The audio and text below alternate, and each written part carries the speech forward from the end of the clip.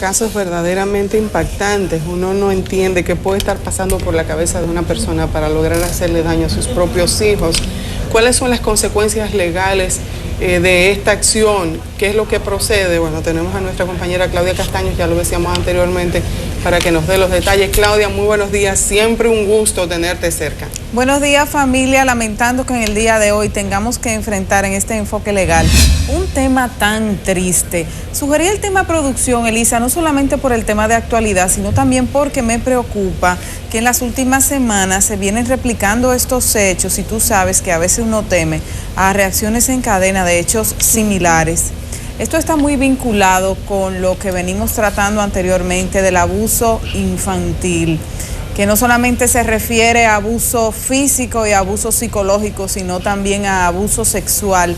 Y las denuncias en República Dominicana durante los últimos años han venido en aumento. Yo no sé si el hecho como tal ha venido el aumento, pero sí las denuncias, porque identifico que las personas se vienen empoderando del tema y de cómo pueden denunciarlo. Ya el silencio no es una característica en este tipo de casos, sino la denuncia. Claudia, perdón, sí, concluye la idea. Lo que me preocupa es que ya no solamente estamos viendo titulares de abuso, sino titulares de violencia, que en muchos casos no hay un abuso en el interín, sino que viene y se comete el hecho, como en estos últimos casos que vimos en la historia de Claudia Rodríguez, donde el padre en estos casos prepara el hecho, o sea, prepara el crimen que va a cometer. Hay una premeditación, hay una planificación, lo cometen y en la mayoría de los casos después se suicida. En este caso, la acusación que dice el código es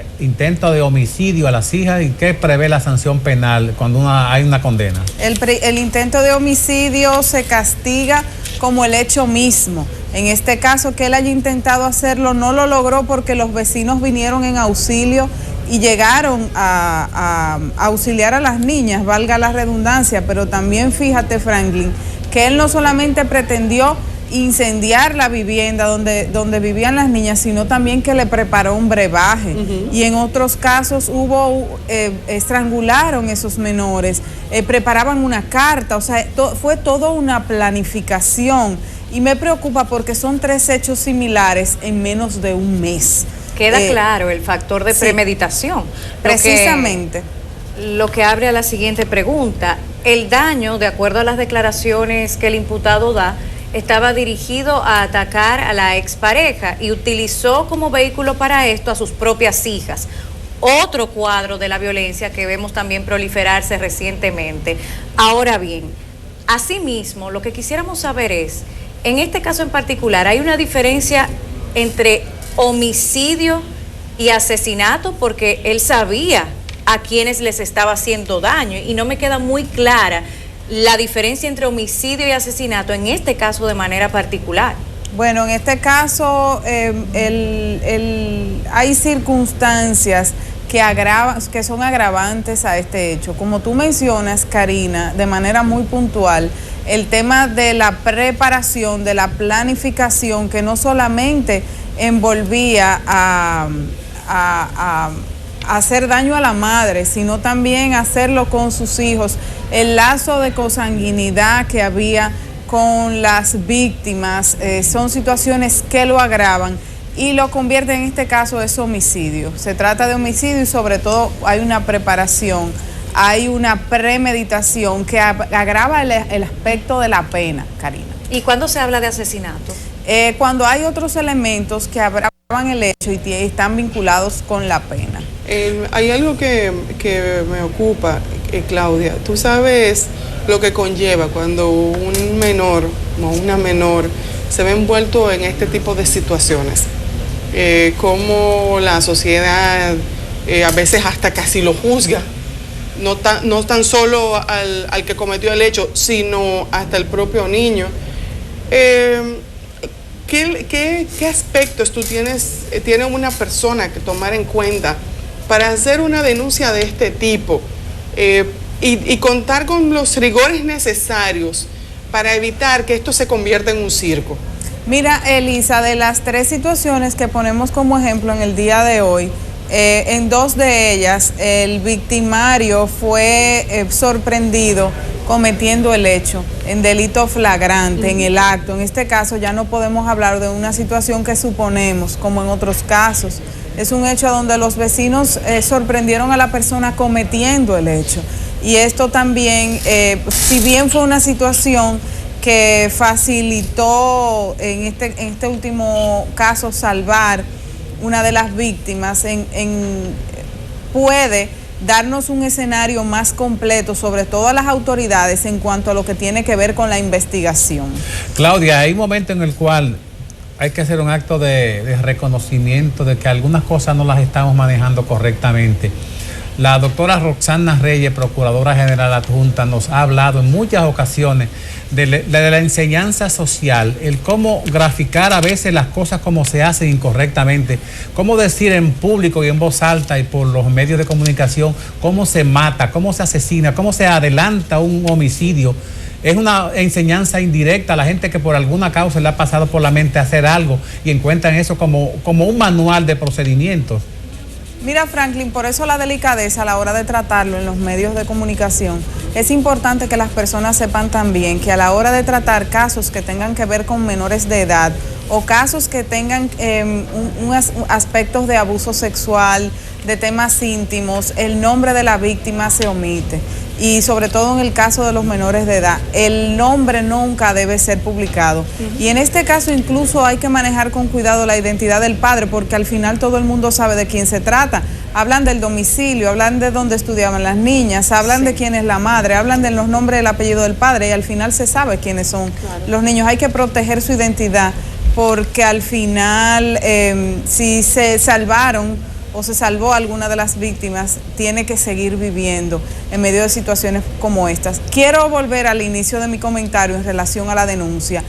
Noto desde hace unos años que las situaciones se vienen denunciando porque ya la población viene informándose sobre el tema. Sabemos que históricamente el abuso infantil, no solamente en nuestro país, sino en todas partes del mundo, era algo que se callaba, que se hacían muchos, tristemente es duro decirlo, de la vista gorda, que eso se dejaba pasar, que eso se quedaba en un silencio, que incluso en unos casos se sabía en los hogares y era un silencio como que no estaba ocurriendo nada, y echarle un manto y que pasaran los años y que esa situación se superara y que eso se quedara así. Pero no, ya la ciudadanía se va instruyendo de lo que significa, va identificando de qué se trata el abuso sexual, de qué se trata el abuso psicológico y de qué se trata el abuso físico, para no llegar a desencadenar en situaciones como las que vimos en la historia de hoy. Hay que denunciarlo y ustedes me dirán dónde se denuncia. Las personas que nos están viendo a través de la tele. Que era mi pregunta anterior. Sí, hay que hacerlo en la Fiscalía de la demarcación que corresponde al lugar a donde usted viva. Ahí usted puede apersonarse y hacer la denuncia para que comiencen las investigaciones. Bueno, pero estas no son denuncias alegres. Dime, Karina. Por favor, concluye la idea. No, que no se trata de denuncias alegres, porque también se han denunciado situaciones anteriores donde personas utilizan esta excusa para montar casos falsos en contra de personas, y ya esto no es así. El aparato judicial se ha venido auxiliando de expertos en otras materias, por ejemplo, psicólogos y psiquiatras y médicos legistas que pueden comprobar si este abuso es real o no. Precisamente cuando hablamos de manera reiterada de estos abusos, por lo general la sociedad dominicana le da una connotación física, pero por ejemplo, el abandono es parte también de esos abusos en contra de la niñez. Ahora bien, ¿cómo la ley, al amparo de la ley, cómo lo describe, lo identifica y lo sanciona el aspecto del abandono a los niños? Sí, está tipificado, Karina, en la ley sobre niños, niñas y adolescentes, pero recuerda que también se creó el CONANI, que es una institución a donde coinciden todos los titulares, todas las instituciones que tengan que ver en algún momento con los menores, para canalizarlo todo a través del CONANI.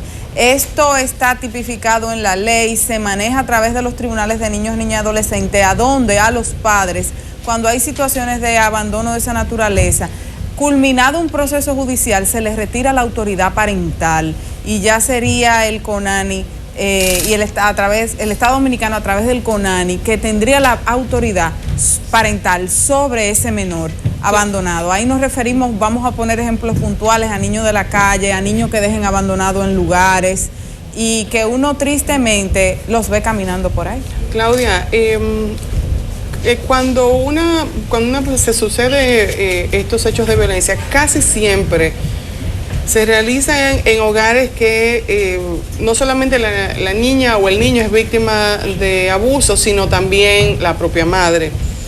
¿Hay alguna vía de hacerlo que no sea presentarse físicamente para poner una denuncia? Sí, claro que sí, está la línea vida del Ministerio Público, a través de llamadas que incluso pueden ser anónimas, Elisa, pero lo que tú mencionas es un punto importante, porque hay menores que están en situaciones de riesgo. Si hay algo que caracteriza el abuso infantil es que en la mayoría de los casos es cometido por personas conocidas en el entorno del menor y en muchos casos familiares o personas que vivan con él. Por ejemplo, madres que tienen diferentes parejas que coinciden en el hogar, menores que están expuestos a situaciones de hacinamiento, como pasa en muchos hogares dominicanos, menores que pasan muchas horas solos en sus hogares. Estas situaciones, si hay algún tipo de preocupación por parte de un vecino, de un familiar, pueden ser denunciados a través de la línea vida de manera anónima. Okay. Y si son situaciones de violencia flagrante, pueden hacerlo a través del 911, que también ha funcionado en el último año, donde incluso han sido sorprendidas personas cometiendo los actos de abuso o de violencia contra menores de edad y han sido apresados en ese momento. De todos los detalles que están incluidos en la información, en la historia de Claudia Rodríguez, está la confesión o la declaración del imputado de que escuchaba voces. Ya el doctor Secundino Palacio, el doctor José Miguel Montero, psiquiatra, nos han hablado extensamente del perfil del paciente psiquiátrico. Es posible que esa persona tuviera un comportamiento de demencia y sin embargo no sabemos hasta dónde el Ministerio Público, el vecindario y la familia tomó en cuenta eso cuando ese señor mezcló el alcohol con su problema neurológico. Claro, es una situación detonante, Franklin. Sin embargo, en República Dominicana muchos de estos casos lo vemos combinado con situaciones psiquiátricas, con patrones psiquiátricos de ese agresor.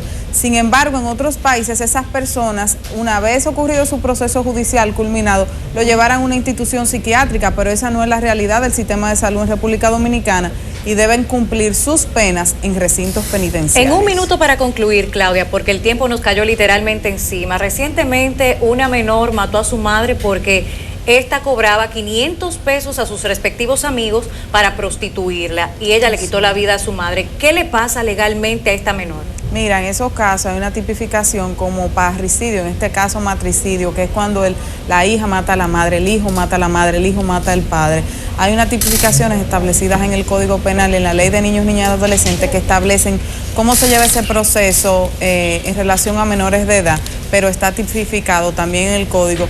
Y independientemente de cualquier tipo de muerte, es muy triste, pero cuando se trata de entre familiares, Karina, ay, sí, son situaciones más degradantes. Y mira cómo ya había un precedente que venía sembrando esa semilla de violencia. Claro. Que esa muchacha era prostituida por su mamá. La mamá la había matado varias veces, sí, antes de que sucediera eso. Es muy triste. Yo espero, señores, el otro jueves venir con un tema más positivo, pero son situaciones de actualidad que las personas merecen que uno las comente. Muchísimas gracias, Claudia, por haber estado con nosotros este jueves.